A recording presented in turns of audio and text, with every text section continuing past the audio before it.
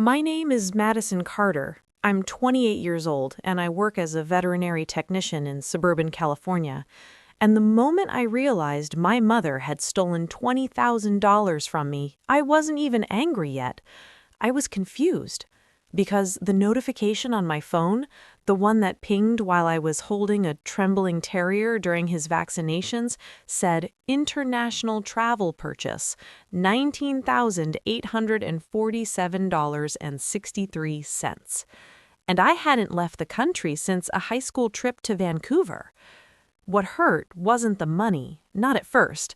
It was opening my banking app in the clinic bathroom, hands shaking so badly I nearly dropped my phone into the toilet, and seeing the merchant name, Lux Bali Resorts and Experiences, and knowing with absolute certainty exactly who that trip was for. My little sister, Olivia, the golden child, the one who'd never worked a full week in her life but somehow always had designer sunglasses and fresh manicures, the one my mother called sensitive and artistic, while I was just responsible and practical, which is family code for the one we don't have to worry about because she'll handle it herself. I stared at that charge for 7 minutes. Long enough for Dr. Patel to knock on the bathroom door and ask if I was okay. Long enough for me to realize that this wasn't a mistake or a stolen credit card number. This was my mother, Patricia Carter, who'd had access to my credit card for emergencies since I was 23, who'd promised she'd only use it if someone was dying or the house was on fire. Apparently, my sister's Instagram feed looking a little too basic lately qualified as an emergency. But I'm getting ahead of myself.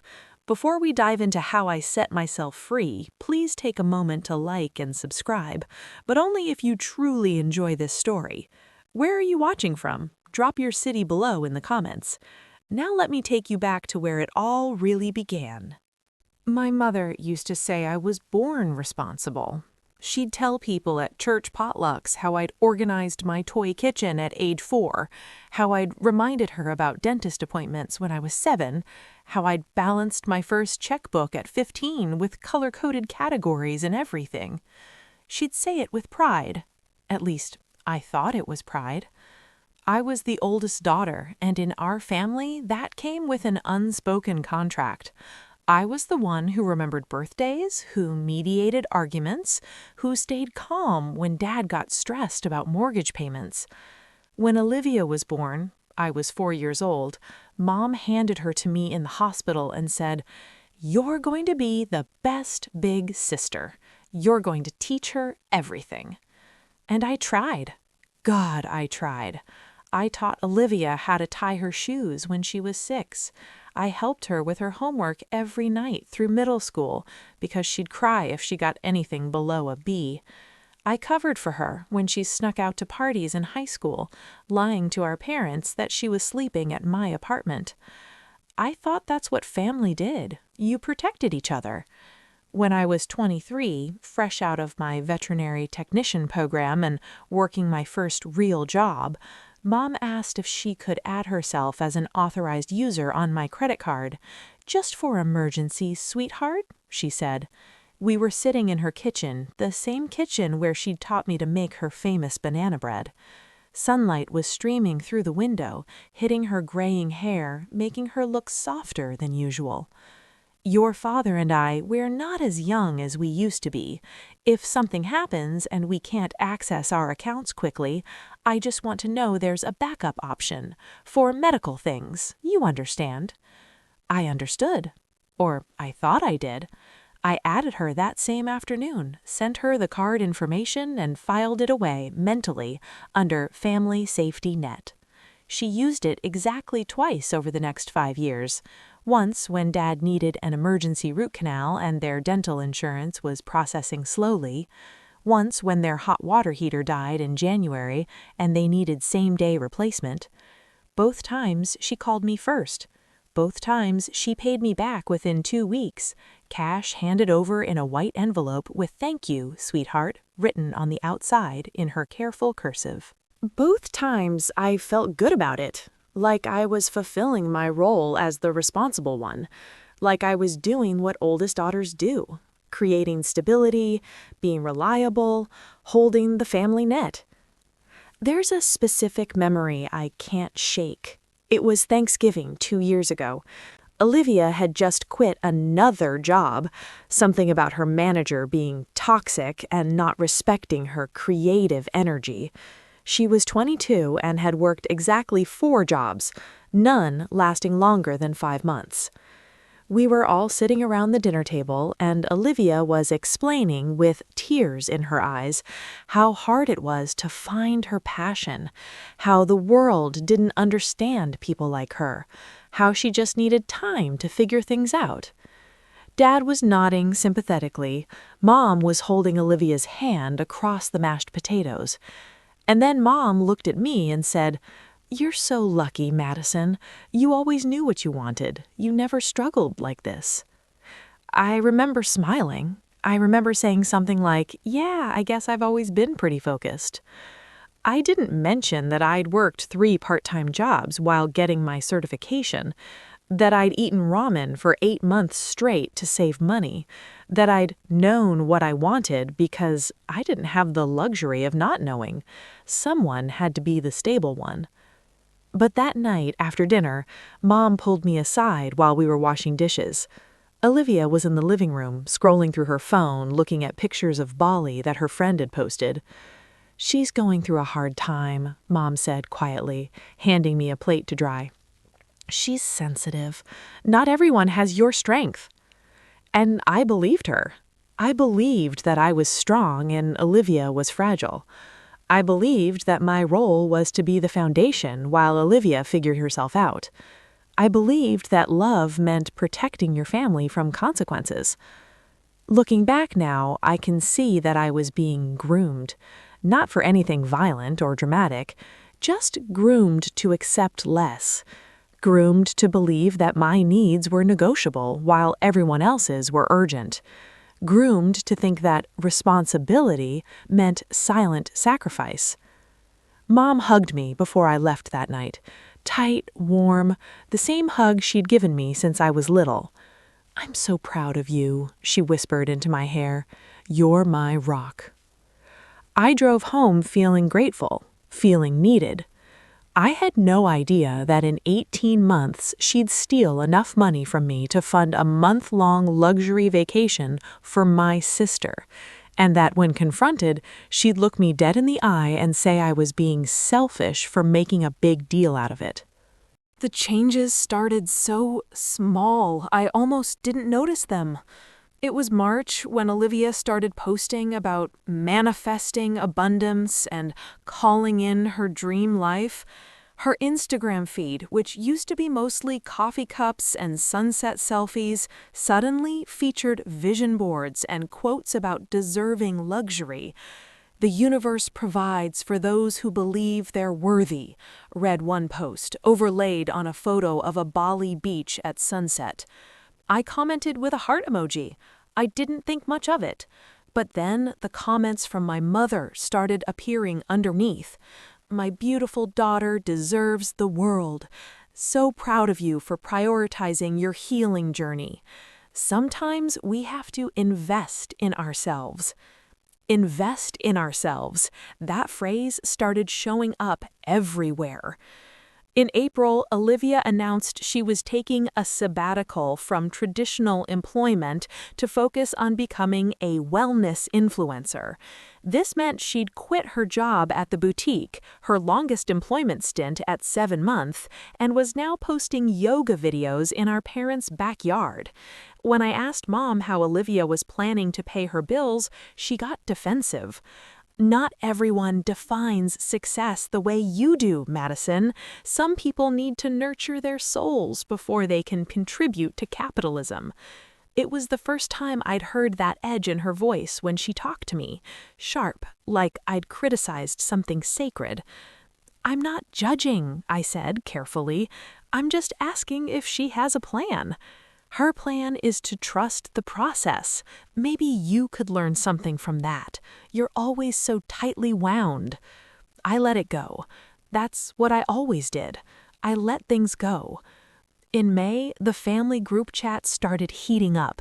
Olivia posted photos of luxury resorts with captions like, "Dreaming of this," and "Soon." Mom would respond with, "You deserve it, baby girl," and "I'm claiming this for you." When I posted a photo of a new plant I'd bought for my apartment, a little succulent that cost $4.99, Mom's response was "nice," with no emoji. The contrast was subtle enough that I couldn't call it out without sounding petty, but it was there, this growing sense that Olivia's dreams mattered more than my reality. One Saturday in June, I drove to my parents' house for Dad's birthday dinner.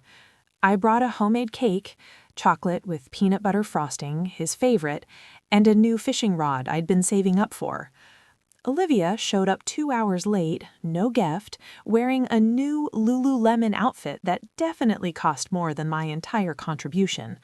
She hugged Dad and said, "Sorry, I was at a really important yoga training session, but I brought my energy, which is the most valuable present anyway." Mom beamed at her, actually beamed. During dinner, the conversation turned to Olivia's content creation journey. She talked about needing better equipment, maybe a ring light and a new phone, the iPhone 14 Pro specifically, around $1,300. "That's such a good investment," Mom said immediately. "Your content is already beautiful, but with professional equipment, you could really take off." I was cutting into my cake, watching this exchange, when Mom turned to me. "Madison, honey, you're so good with budgets, maybe you could help your sister figure out a payment plan for her equipment." There it was, the first direct ask, dressed up as seeking my expertise, but really asking for my money. "I'm pretty tight right now, just paid first and last month's rent for my new apartment." "Of course," Mom said, but her smile had cooled. "I just thought since you're always talking about how important it is to support family." Olivia looked at me across the table, not angry, just expectant, like it had never occurred to her that I might say no. I felt something shift in my chest, a tiny crack in the foundation I'd been building for 28 years. Later that night, I was loading the dishwasher when I overheard Mom and Olivia talking in the living room. "She's being weird about money lately," Olivia said. "She's stressed. You know how she gets. She'll come around. She always does." She'll come around. She always does. That sentence played in my head during the entire drive home. Not angry, not even hurt yet, just aware. Aware that they'd built their entire support system on a single assumption, that I would always come around, that I would always say yes, that my boundaries were negotiable and my resources were communal. I didn't know it then, but that last moment of my old life, the last time I'd operate under the old rules, because 3 weeks later, my phone would ping with that notification and everything would detonate. July 14th. I remember because it was a Tuesday, and Tuesdays are our vaccine clinic days. The waiting room was full of nervous dog owners and yowling cats and carriers, and I was in exam room 3 with Mrs. Patterson's terrier, Murphy, who always trembled like he was facing execution. "You're okay, buddy," I was murmuring, holding him steady while Dr. Patel administered the rabies shot. "Almost done. So brave." That's when my phone buzzed in my scrub pocket. I normally silence it during appointments, but I'd forgotten that morning. I was distracted, running on 4 hours of sleep because I'd been up late organizing my budget spreadsheet. It was Sunday ritual stuff, tracking expenses, planning for the month ahead, making sure my small emergency fund stayed intact. The buzz felt different, urgent, the kind that makes your stomach drop before you even check. "1 second," I told Mrs. Patterson, stepping back as Dr. Patel finished. I pulled out my phone. "Alert, large purchase detected, $19,847.63. Merchant, Lux Bali Resorts and Experiences. Date, July 14th, 2025. The room tilted. Not dramatically. I didn't faint or gasp or anything cinematic. The world just went soft at the edges, like someone had smeared Vaseline on reality. Madison? Dr. Patel's voice sounded far away. You okay? Yeah, I heard myself say. Sorry, I need to check something. I finished the appointment on autopilot, handed Mrs. Patterson her receipt, smiled at Murphy. Then I walked very calmly to the staff bathroom, locked the door, and opened my banking app with hands that wouldn't stop shaking. The charge was real. Not a mistake, not a scam. The authorized username was right there. Patricia Carter, my mother. I scrolled down, saw the itemization: 5-star resort, 28 nights, premium ocean view villa, daily spa credits, private driver service, scuba diving packages, and there, in the notes section, the booking name, Olivia Carter, single occupancy. My sister, my 24-year-old sister who'd been posting about manifesting a Bali trip for months, who Mom had been saying deserved this, who I'd watched get everything she wanted while I clipped coupons and meal prepped to save $7 a week. I called my mother right there, sitting on the closed toilet lid, my reflection in the bathroom mirror looking like a stranger's. She answered on the third ring. Casual. Cheerful. Hi, honey. What's up? Mom? My voice sounded hollow. Did you just charge almost $20,000 to my credit card? Silence. 3 seconds of it, long enough for me to hear the TV in her background, some daytime cooking show. Oh. Her tone shifted. Not guilty. Careful. Yes, I was going to tell you about that. You were going to tell me you stole $20,000 from me? Don't be dramatic, Madison. I didn't steal anything. I'm an authorized user. And it's not for me, it's for your sister. The calmness in her voice was what broke something in me. This wasn't panic or remorse. This was inconvenience. Inconvenience that I'd found out sooner than she'd planned. Olivia needs this trip. She's been so depressed since she left her job. She's struggling, and you know how sensitive she is. The therapist said a change of scenery might really help her healing process. So you used my money without asking me? I knew you'd make it complicated. There it was, sharper now. You'd want to talk about budgets and payment plans and lecture us about responsibility. Olivia needs to go now while she's in the right headspace. Sometimes you have to just act, Madison. Not everything can be planned to death in your little spreadsheets. I couldn't breathe right. The bathroom was too small, too bright. How are you planning to pay me back? Well, that's the thing. She sighed, like I was being difficult. We were hoping you'd consider this a gift. Family supporting family. You're always saying how important family is. A $20,000 gift. You make decent money. You don't have kids. You don't really spend on yourself. And Olivia, she's at a fragile point in her life. You're strong, honey. You've always been strong. You'll bounce back from this. I'll bounce back from theft? From $20,000 vanishing from my account? From the betrayal of my mother choosing my sister's luxury vacation over my financial security? I'm not giving her $20,000, I said quietly. Don't be selfish. Those 3 words, delivered in my mother's voice, the same voice that used to read me bedtime stories, the same voice that called me her rock. I have to go, I whispered. I hung up and sat there on the bathroom floor for 12 minutes until Dr. Patel knocked and asked if I needed to go home early. I told her yes, drove home in silence, and then sitting in my parked car in front of my apartment building, I did something I'd never done before. I opened my phone and searched, "Can I report a family member for credit card fraud?" I'm going to stop here for a second. If this story is resonating with you at all, or if you've ever felt the pain of being misunderstood by the people who are supposed to love you most, please take a moment to like this video and subscribe. It really lets me know that sharing these hard stories is worth it. The family group chat exploded at 6:47 p.m. that same evening. I'd been sitting on my couch, staring at my laptop screen, reading articles about fraud claims and statute of limitations. My dog Bailey, a rescue mutt with anxiety issues, was pressed against my leg, sensing something was wrong. My phone started buzzing like it was having a seizure. Mom, family chat. I'm very disappointed in Madison right now. She's threatening to cancel Olivia's healing trip over money after everything we've done for her. Olivia, family chat. Wait, what? Madison, you're trying to cancel my trip?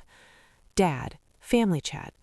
Maddie, what's going on? Your mother is very upset.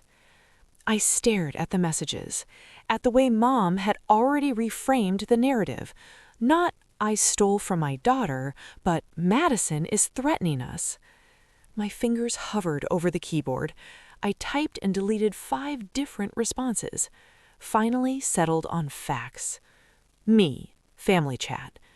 Mom used my credit card without permission to charge $19,847.63 for Olivia's Bali trip. I didn't authorize this purchase. I'm asking for immediate repayment. Aunt Linda, family chat. Oh, Madison, family helps family. This seems really petty.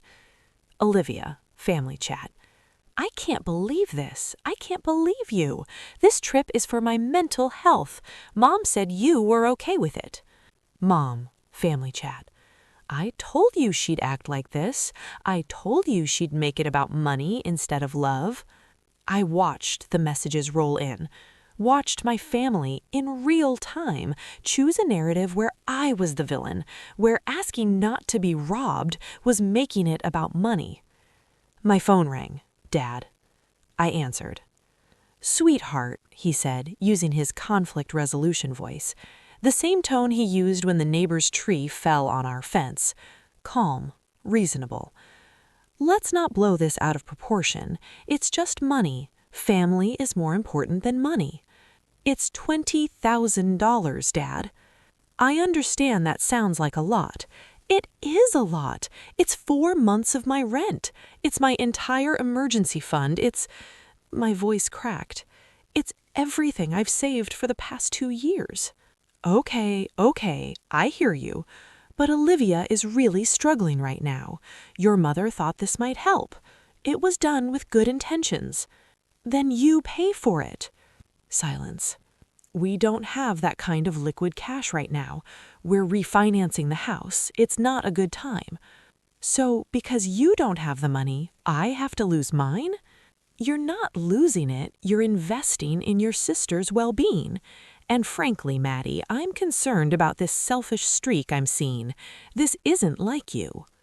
This isn't like you. Translation: this isn't like the version of me they needed me to be, the silent one, the flexible one, the one who absorbed family chaos without complaint. I hung up. Within an hour, Olivia posted on Instagram a selfie of her crying, mascara running, looking devastated and beautiful in that performative way she'd perfected. Caption: when your own sister tries to destroy your healing journey because she can't handle seeing you happy. Some people would rather tear you down than celebrate your growth. Sending love to everyone dealing with jealous family members. #ToxicFamily. #HealingJourney. #choosing yourself. She tagged it with 43 hashtags. Within 2 hours, it had 847 likes. Friends I hadn't talked to in years started texting me. What's going on with you and Olivia? Are you okay? I saw her post. Some were genuine. Most were fishing for drama. I didn't respond to any of them. That night, lying in bed with Bailey curled against my chest, I got a voicemail from my mother. I didn't listen to it immediately. I stared at the notification for 20 minutes, knowing that whatever was in there would hurt. Finally, at 2 a.m., I pressed play. Her voice was cold, clipped, nothing like the warm mom from my childhood. Madison, this is your mother. I want you to know that what you're doing is tearing this family apart.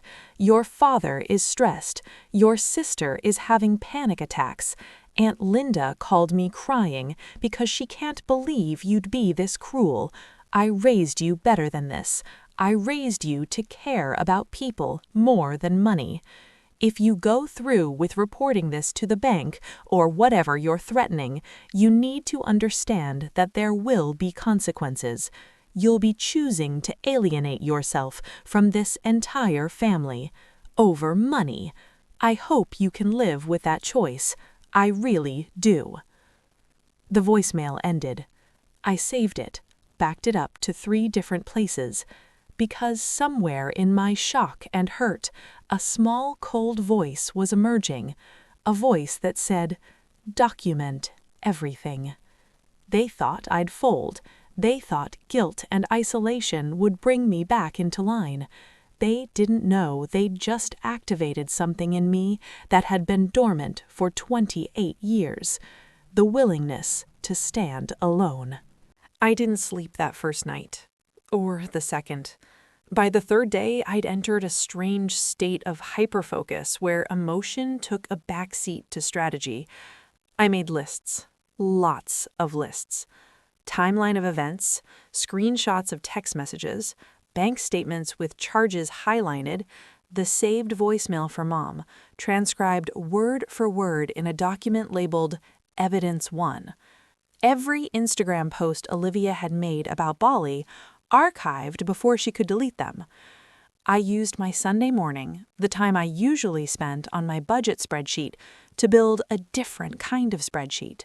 This one tracked every interaction with my family over the past 6 months. Every time I'd been volunteered for something, every time my boundaries had been tested, every time family had been used as leverage. The pattern was undeniable once I laid it out in columns. On day 4, I called a lawyer. Her name was Rebecca Torres, and she specialized in family financial fraud. Her consult fee was $200 I didn't really have, but I paid it anyway. "Do you want to press charges?" she asked after I'd explained everything. "I want my money back," I said. "I want this to never happen again. I stopped. What did I want? "I want them to see me," I finished quietly, "as a person, not a resource." Rebecca was quiet for a moment. Then, "Criminal charges will get their attention, but first, let's try the credit card company. Report it as unauthorized use. You didn't consent to this charge, and that's what matters legally. Your mother being an authorized user doesn't give her blanket permission to make any purchase she wants." I filed the fraud claim that afternoon. It took 18 minutes on the phone with a claims specialist who was remarkably kind. "I'm sorry you're going through this," she said. "Family financial abuse is more common than people realize." Family financial abuse. I'd never thought of it in those terms. But hearing it named, having my experience categorized as a real thing that happened to real people, unlocked something in me. I called my therapist that I'd been seeing sporadically for the past year, Dr. Nina Okonkwo. She fit me in for an emergency session the next day. "I need you to know," she said after I'd explained everything, "that what they're doing, the gaslighting, the guilt-tripping, the reframing of your victimhood as selfishness, these are textbook manipulation tactics." "They're my family," I said. "Yes, and that's what makes it more damaging, not less. You've been conditioned since childhood to believe that your role is to be useful, to be the strong one.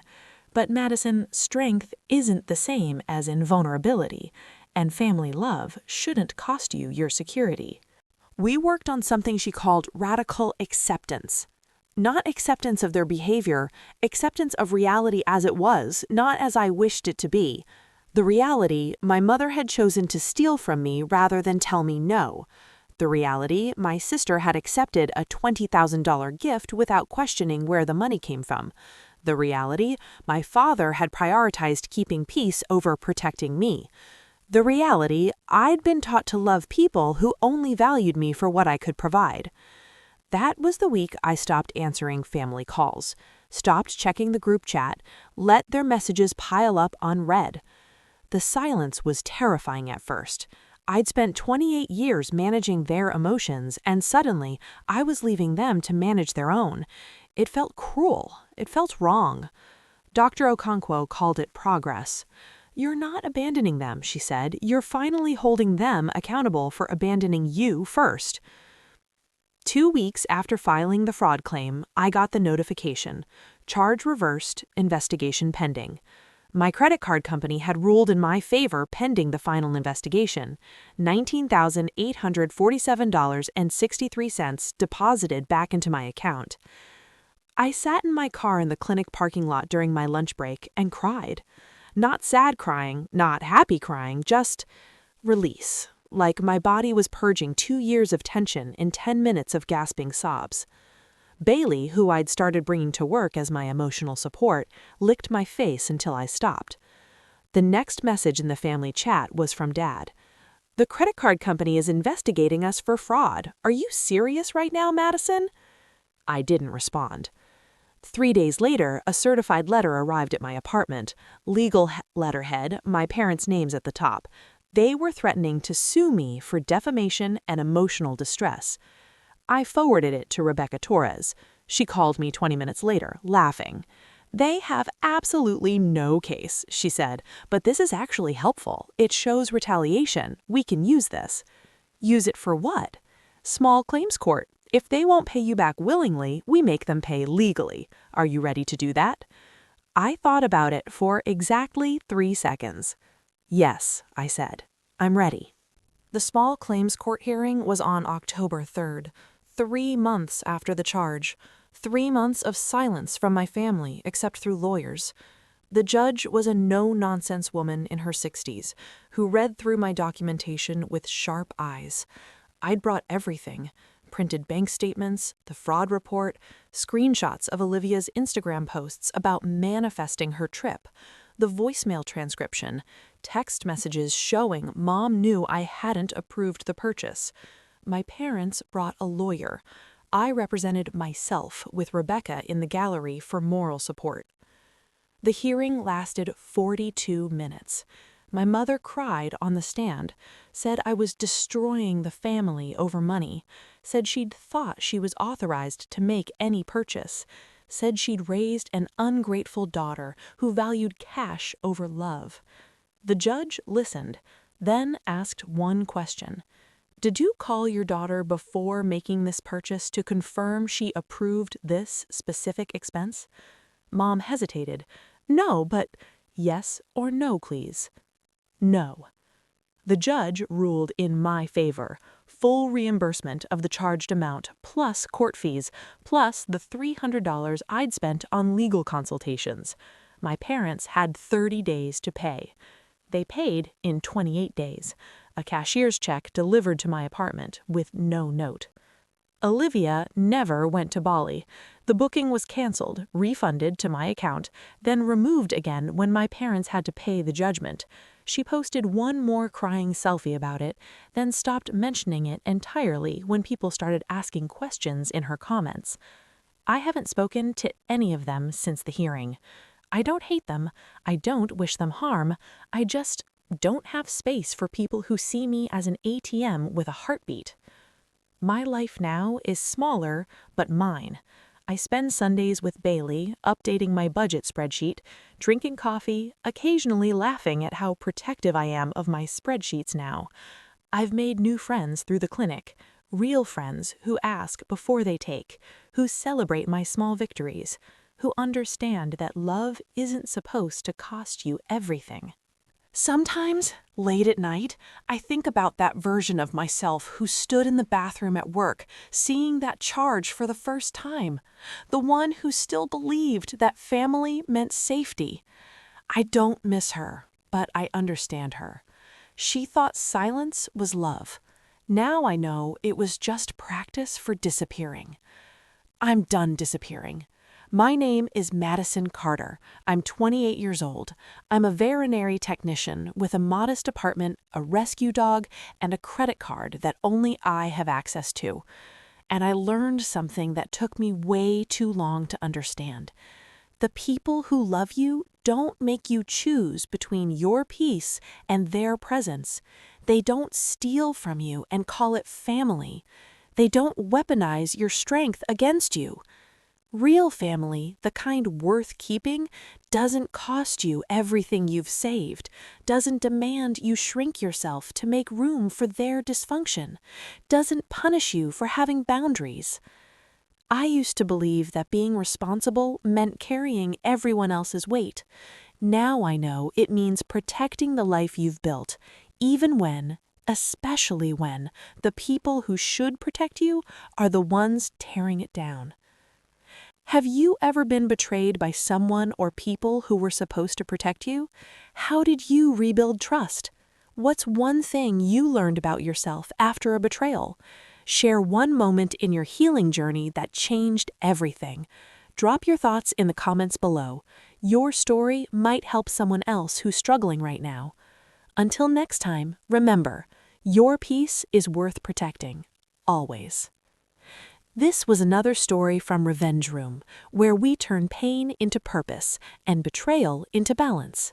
If Madison's story resonated with you, please don't forget to like and subscribe, and join us for the next transformation.